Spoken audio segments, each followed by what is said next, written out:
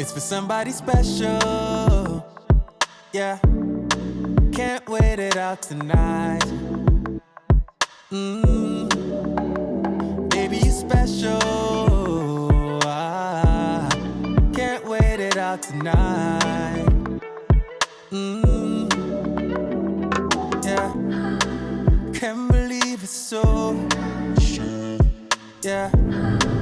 Buongiorno amici! Buongiorno amici dalla Svezia! Dopo Stoccolma, il tour de force per la visita di Stoccolma, bellissima, top, il DG oggi mi vuole portare a Uppsala a tutti i costi. Uppsala è un posto da vedere, perché specialmente per uno come me, appassionato di serie TV, che poi vi dirò anche a voi eventualmente quali vedere se volete entrare proprio nel mood, Uppsala è un posto top. Quindi io sono succube delle decisioni del DG oggi, lo accontento che vuol vedere questo posto, vediamo se poi le aspettative. È un posto dove c'ha una storia, tanta cultura, fra le altre cose è una delle città universitarie più famose di tutta la Svezia, perché ha l'università più antica di tutta la Svezia.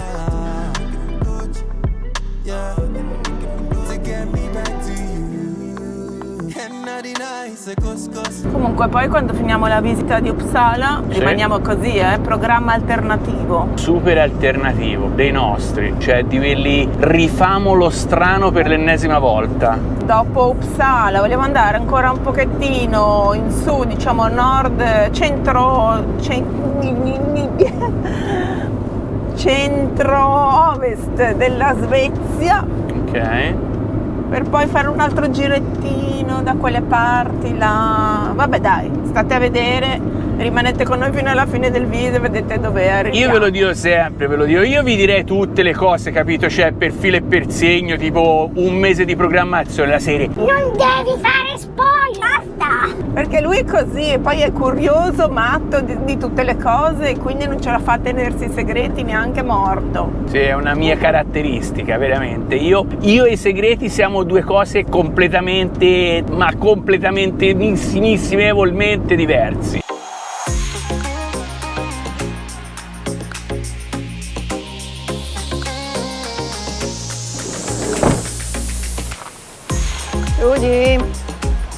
Siamo arrivati a Gamla Uppsala perché se venite da queste parti dovete sapere che ci sono due possibilità: iniziare la visita della città dalla parte nord, Gamla, che è la parte vecchia, oppure dalla parte sud, che è la città più moderna. Abbiamo deciso di iniziare dal nord e c'è un grandissimo parcheggio gratuito che permette la visita, quello che vi faremo vedere tra poco. Una volta arrivati qui a Gamla, bello! Molto.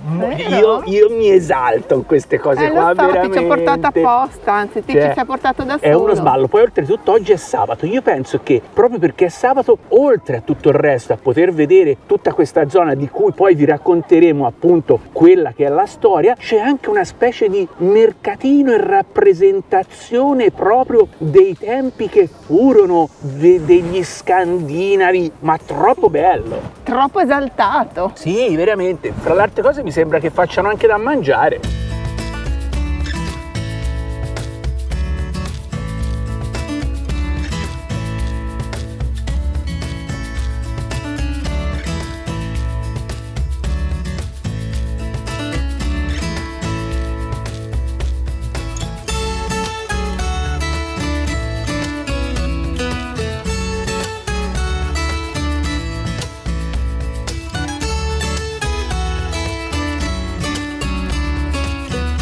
Praticamente più che un mercatino è una rappresentazione degli antichi mestieri. Bravissima, esatto. Questa qua probabilmente deve essere la fase successiva ai vichinghi, quando praticamente già questa zona era stata colonizzata e convertita al cristianesimo da parte degli inglesi. Te ne sai? Quante ne so. Ci sono tutti questi personaggi con i vestiti locali, alcuni dei quali vendono degli oggettini di produzione locale, tipo le sciurette lì che fanno la maglia, poi vendono i guanti, i cappelli, robettina così fatta un po' sul momento, un po' in stock. E poi c'era addirittura quell'altro ragazzo con faceva vedere gli strumenti musicali in dell'epoca, legno, proprio appena costruiti da lui. Forte.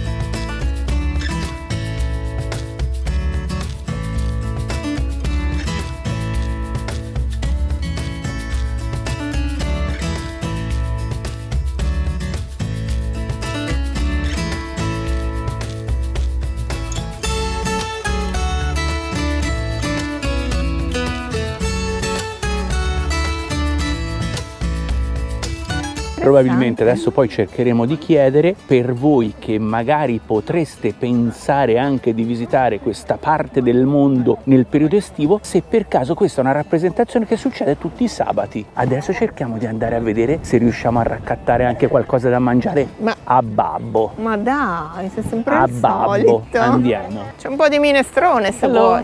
Hi. You want to taste some? Yes, of course. What is this? This is like a egg cake, like pancakes. pancakes? Yes. And pannbröd, Okay. like tunnbröd. maybe. Okay, like bread and And bendelost, vendel cheese. oh, cheese. Yes, Okay. Occhio And che queste honey. cipolle. Oh, honey. And then cabbage soup. Cabbage soup. Ok. Can I? Yes. Thank you. There you have some soup. Well, I'm gonna C'è try di it. meglio, ok? I'm gonna try it. Thank you very much. Allora, Cosa c'è di meglio che una bella colazione a base di cavolo? secondo te io Uppsala, Scusa, fammi vedere. Zuppa di cavolo. una specie di crepe con del miele sopra e un tipo di pane dell'epoca, non dell'epoca raffermo, voglio dire dall'anno 1000, con del formaggio sopra. Ma chi sono io, cioè, che per non entrare proprio al massimo livello nell'ambiente e nella parte storica veramente di questa cosa qua. Adesso mi cerco un posto e vi faccio sapere com'è la zuppa di cavolo. Seguitemi. Vai, zuppe criminali, Uppsala. È anche calda, eh?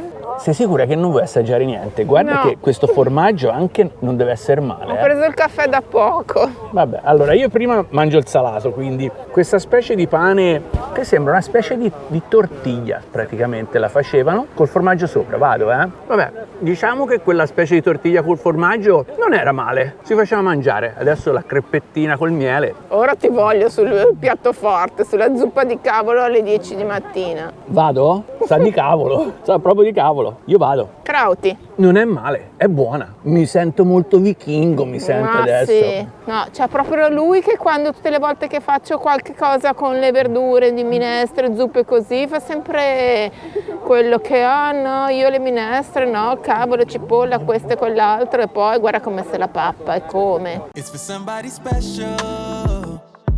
Yeah. Can't wait it out tonight. E mentre imperversa la bufera di vento stiamo camminando con alla nostra destra i famosissimi tumuli di Gamla Uppsala. Yeah. Can't believe it's so. Yeah. I tumuli sono stati datati intorno al 500 d.C. e sono addirittura luoghi dove sono stati sepolti diversi re vichinghi dell'epoca. Infatti Gamla Uppsala era appunto uno, se non il centro spirituale più importante di tutta l'era vichinga. Ogni anno arrivavano le tribù vichinghe da tutta la Scandinavia per partecipare a quella che era la festa di metà inverno, dove venivano fatti sacrifici sia animali che umani. Che posto d'ansia allora, cioè mi vuoi dire che tutto sotto questi tumuli che stiamo vedendo ci sono delle tombe? È una bellissima campagna, fra le altre cose, dove in lontananza vediamo addirittura il centro del nuovo Uppsala praticamente, perché siamo proprio a 4 km di distanza dal centro vero e proprio della nuova città.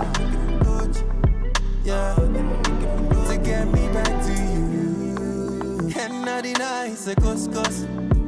And if God is my witness, now you be my weakness, my no be boss. Nel bel mezzo della tempesta ci rimane solo da visitare la chiesa che si trova proprio qui nell'area di fianco ai tumuli, chiesa costruita intorno al 1100 laddove proprio sorgeva il tempio pagano dove addirittura facevano i famosi sacrifici. Yeah. Cause now you did cross my mind. Would you wait for me, girl? I know, ain't no distance, ain't no time. E per fortuna dei Cingoni tutta questa zona sia della chiesa sia dei tumuli che dei palazzi circostanti è tutta visitabile in forma gratuita. Per di più oggi siamo stati fortunati, abbiamo trovato anche il mercatino e la rievocazione dei mestieri storici che si tiene solamente una volta all'anno durante il periodo di mezz'estate. Yeah. To get me back to you. Cambio di location. E via così dalla Gamla Uppsala, quindi dalla vecchia originale Uppsala, siamo passati alla nuova? Nuova, sì. Più nuova sicuramente. E non abbiamo neanche dovuto mettere la cattedrale su Google Maps come sempre facciamo per andare in centro, perché direi che non ci si può sbagliare. Cioè ste po' di guglie. Seguiamo le guglie. Stiamo arrivando in centro, attraversiamo proprio di fronte alla Public Library e il DG mi sta scappando. Ora lo dico cosa fai, Vado a cercare un libro su Uppsala per informarmi. Bugiardissimo, mi ha appena detto, ne approfitto che c'è la Public Library e vado a fare pipì. È possibile che mi devi sempre sputtanare? Vai, Cioè, io non poi lo là so. c'è il tuo amico che vende parmigiano reggiano. Ti segua, voglio vedere se è vero. Adesso facciamo una nuova rubrica, I consigli dei cingoni. Prima puntata della rubrica: a cosa servono le biblioteche comunali? 1. A prendere libri che vi possono interessare, voglio Spesso e dire, volentieri ci sono anche le informazioni, le cartine, le mappe della per città quando non c'è il aumentare la visitor vostra cultura personale. 2. Per usare internet a vostro piacimento, caricare video su YouTube, eccetera, eccetera. 3. a fare quello che ha fatto adesso. Esatto, Quindi andare a fare. usare i bagni delle biblioteche comunali, che sono sempre belli puliti e sempre disponibili e gratis, più che altro al 100%. Tac! Prima puntata dei consigli dei cingoni. Scrivete qua nei commenti se volete avere altre puntate di questa rubrica.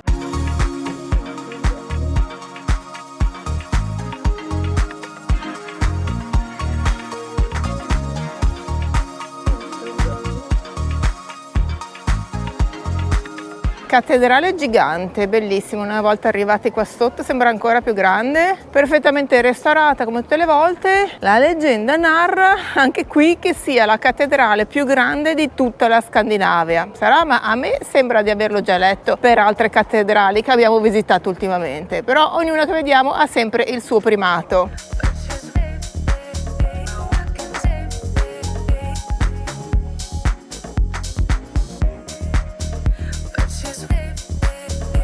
Gina, vieni a vedere come suonano il violino qui in Svezia, oh.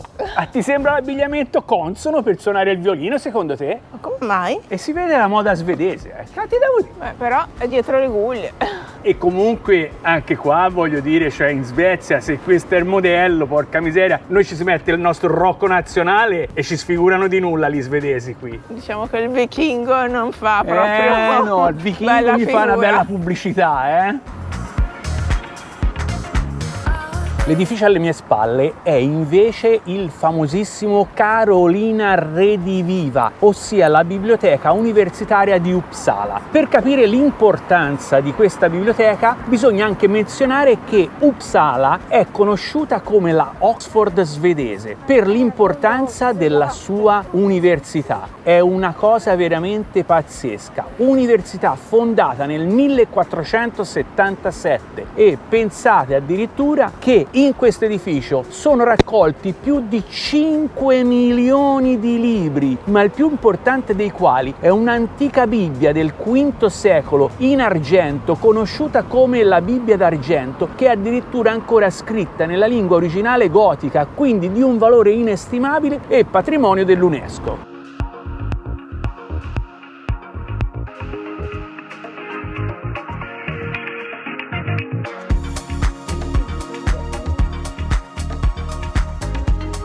Siamo arrivati anche nel punto più alto della città, che poi equivale anche alla sede del castello, costruito a metà del 1500. È bello arrivare qua su perché c'è tutta la vista sulla città, anche se in questo momento il verde degli alberi circostanti non permette di avere una vista a 180 gradi come speravamo di avere.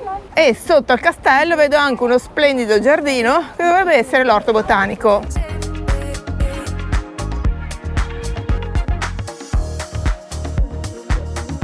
E stiamo passeggiando all'interno del famosissimo orto botanico, giardino botanico dedicato a Carlo Linneo, traduzione del suo nome in italiano, vissuto all'inizio del 1700 e famoso per avere, inventato la classificazione degli esseri viventi. Anche questo giardino botanico, come tanti edifici della città, fu distrutto interamente da un incendio e poi ristabilito all'inizio del 1700 dal medico naturalista.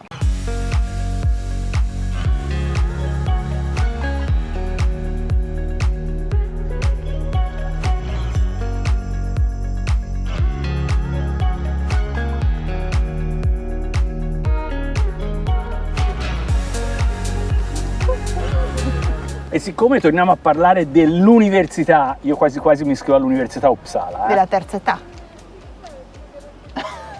Scusami, me l'hai tolta di bocca. Vabbè, cosa volevi dire? A Uppsala ogni anno ci sono 30.000 studenti che insieme al resto degli abitanti fanno sì che a Uppsala vivano 170.000 abitanti. Quarta città? Quarta città della Svezia. Dopo? Vediamo. Dopo? Dopo Stoccolma, Turku.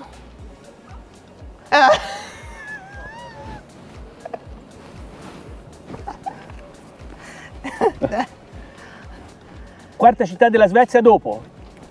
Stoccolma, Göteborg e la terza manca. Malmo. Esatto! Quindi nella classifica generale Stoccolma, Göteborg, Malmo e dopo Uppsala. E questo dietro di noi è l'edificio principale appunto dell'Università di Uppsala. Dei giovani però.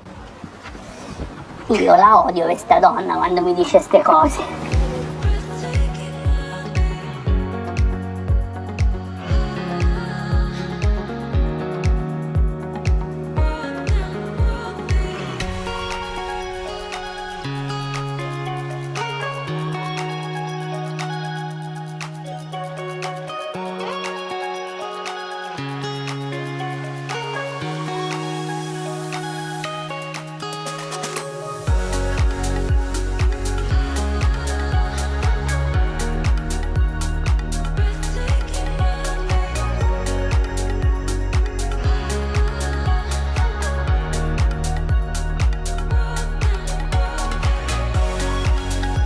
Buongiorno. Sai come si dice dalle mie parti? No. Buongiorno e qua trova. Yes. È un modo di dire, Ieri pomeriggio, finita la visita di Uppsala, abbiamo proseguito un paio d'ore verso nord-ovest e abbiamo trovato questo posticino incantevole. Anzi, a dire la verità, l'ha trovato il DG.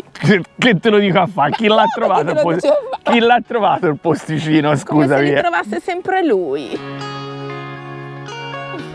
Scusa, Se poi ci chiedete perché volete venire in Svezia, che posticino è, non vi preoccupate perché vi mandiamo le coordinate a gratis, by the way. Parcheggino su un piazzale di ghiaia, frequentato quasi da nessuno o poco e niente, 2 papere in tutto ho visto io, da ieri pomeriggio. che ci ha permesso di passare un paio d'ore in totale tranquillità, ovviamente dormire qui e stamattina si riparte. Ripartiamo. Vogliamo fare una tappa a un national park che effettivamente ancora in Svezia non ne abbiamo visti, quindi vogliamo dargli una chance. Che fai? Ti privi di un national park in Svezia? Fino ad oggi ce ne siamo privati perché non li reputavamo particolarmente interessanti. Ma c'è il passaporto qui in Svezia per timbrare dei parchi Ma nazionali. non so neanche se ci fosse stato in Norvegia, pensate in Svezia, Ok. dubito.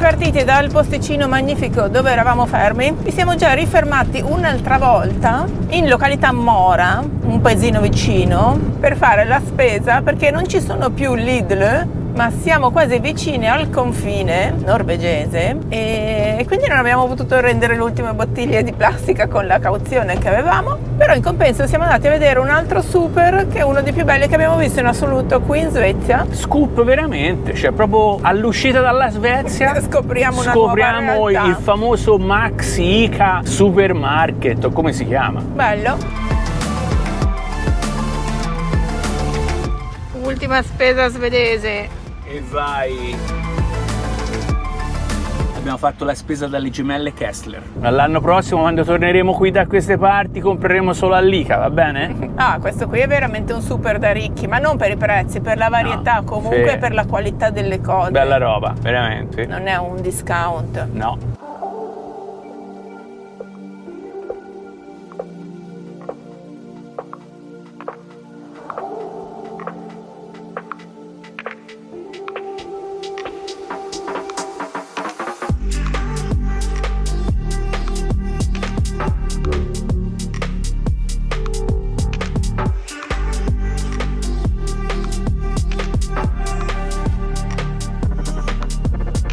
E adesso continuiamo la strada su questa E70 che arriverà quasi, penso, all'entrata del National Park.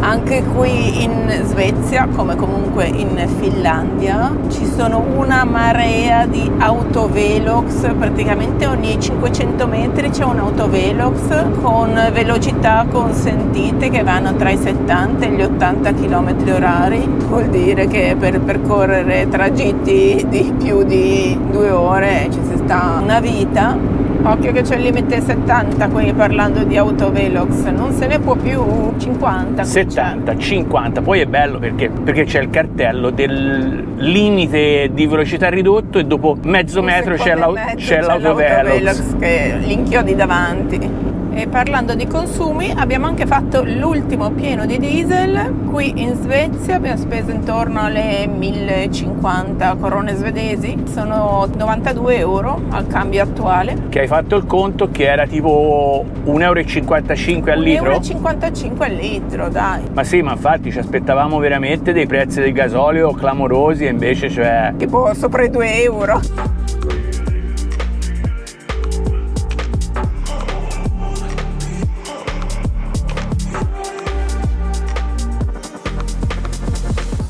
Siamo già all'interno del Fulufjellet National Park e per la prima volta da quando siamo entrati in Svezia stiamo percorrendo una strada che fa su e giù con dislivello notevole da un punto all'altro, perché fino adesso, da quando siamo entrati, sempre stradoni dritti, piattoni in mezzo ai boschi di betulle. Invece il National Park promette bene.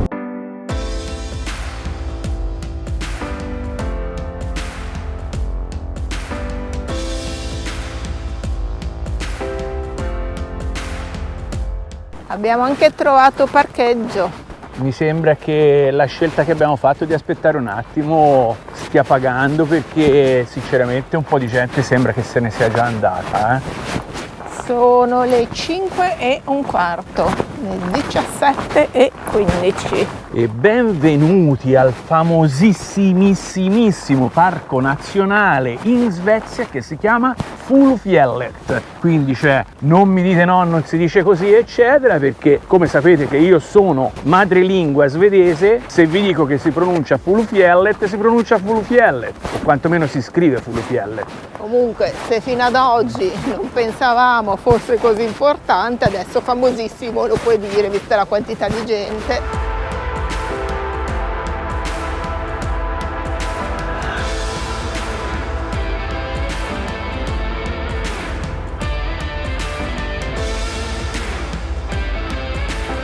Come si chiamano le cascate? Le cascate si chiamano cascate di New Pescar. Infatti c'era scritto che sono molto accessibili, c'è tutta questa passerella. All'inizio proprio, cioè così, super Va bene tranquillo. per tutti, una bella passeggiata diciamo per digerire. Brava, per digerire l'auto pranzetto, merenda, cena.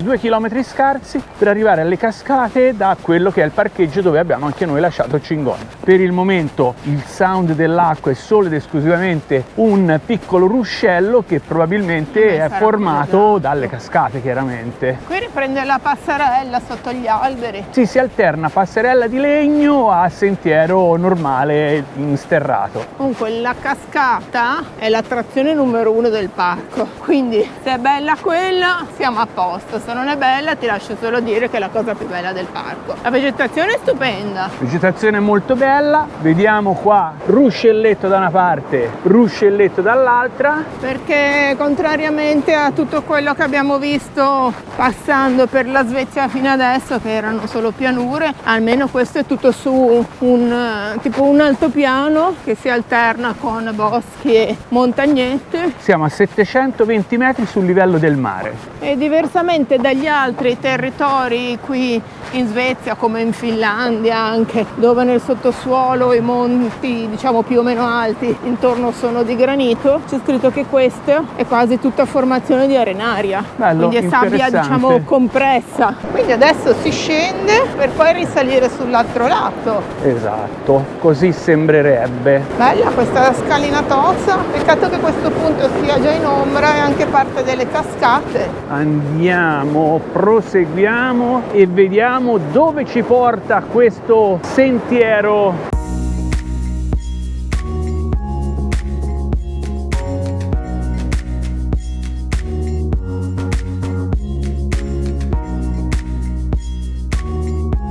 Stiamo quasi arrivando sotto. Facciamo la doccia sotto la cascata.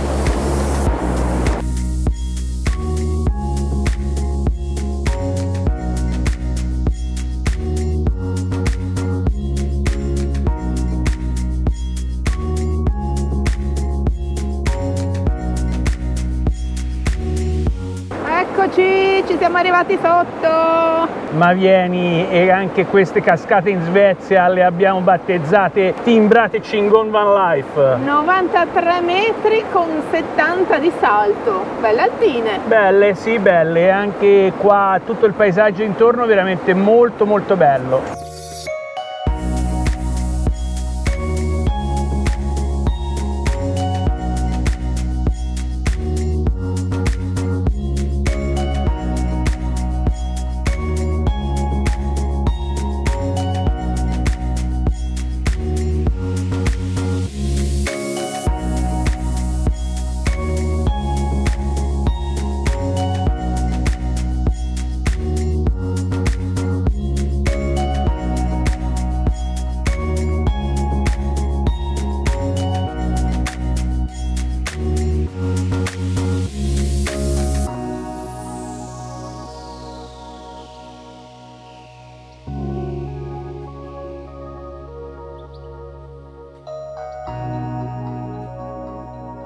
Parco nazionale di Fjellet dichiarato come tale nel 2002.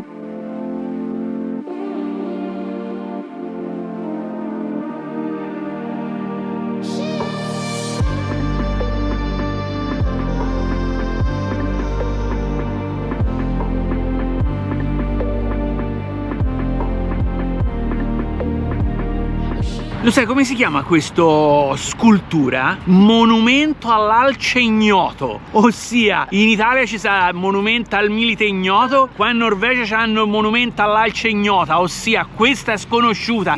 Non se n'è vista nemmeno mezza in cartolina, non se n'è vista in 2 mesi di Norvegia. Bentornati in Norvegia! Ma vieni! Siamo stati teletrasportati dopo 2-3 ore più o dalle meno cascate direttamente ritornati in Norvegia. Ma ti sei accorta di che spettacolo di frontiera abbiamo passato fra Svezia e Norvegia? No, non me ne sono accorta di averla passata. Inesistente!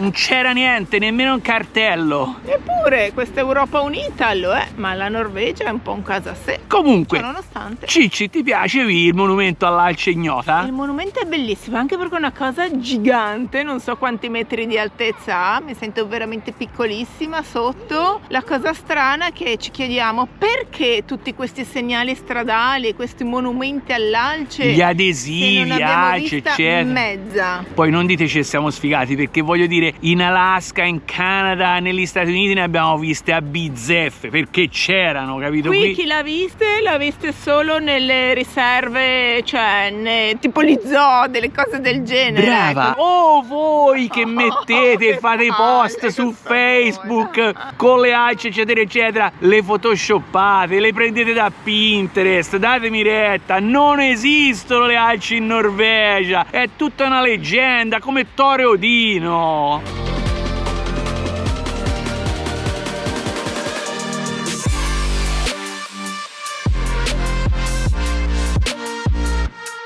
La scultura dell'alce gigante che si trova qui ai bordi dell'autostrada in località Atna, a pochi chilometri dal confine, entrando dalla Svezia alla Norvegia, ha detenuto il primato di scultura di alce più grande dal 2015, data in cui è stata terminata, al 2019, quando poi un'altra scultura più grande gli ha tolto il primato.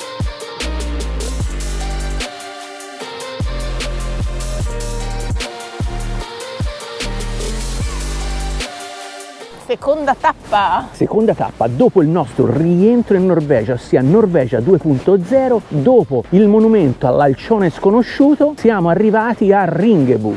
Oggi siamo venuti a vedere una delle chiese in legno, le famosissime chiese in legno norvegesi, perché in tanti nei commenti ci avete scritto: ma come non avete Non visto? siete andati? Sì, ne abbiamo già viste, però era sempre stata in condizioni tipo di brutto tempo, di pioggia, così non ci eravamo neanche portati la GoPro per farvela vedere. Oggi non è che il tempo a rientro in Che sia Norvegia proprio sia cambiato il più di massimo della tanto, vita, però siccome comunque questa è una delle più belle, vogliamo vederla quantomeno dal di fuori. sì, perché altrimenti se cominciamo a entrare dentro tutte le chiese di legno ci vuole il leasing, perché anche questa qua praticamente per entrare 90 coronine A persona.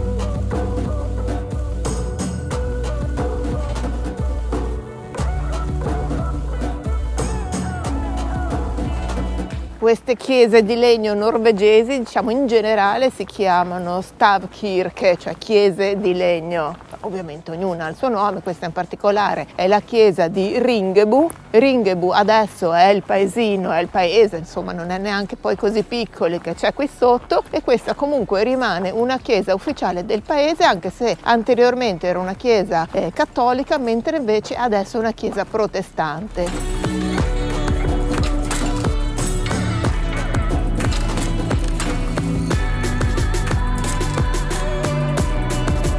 Chiesa inizialmente costruita nel 1220.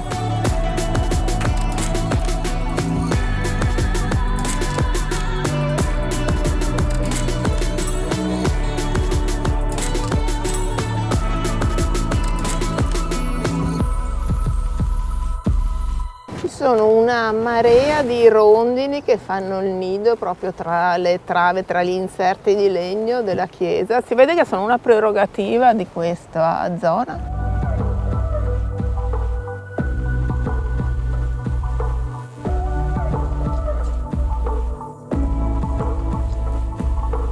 Ma secondo te tutto il legno così nero è perché era di previ incendi e quindi è diventato nero? secondo me è un trattamento. Perché le fa ancora più questa sensazione più antica di quello che è. Comunque hanno più di 800 anni certo. queste chiese. E anche qua, come già abbiamo detto in precedenza, voglio dire, piccioli, se vuoi vedere la chiesa da dentro, per pregare bisogna pagare.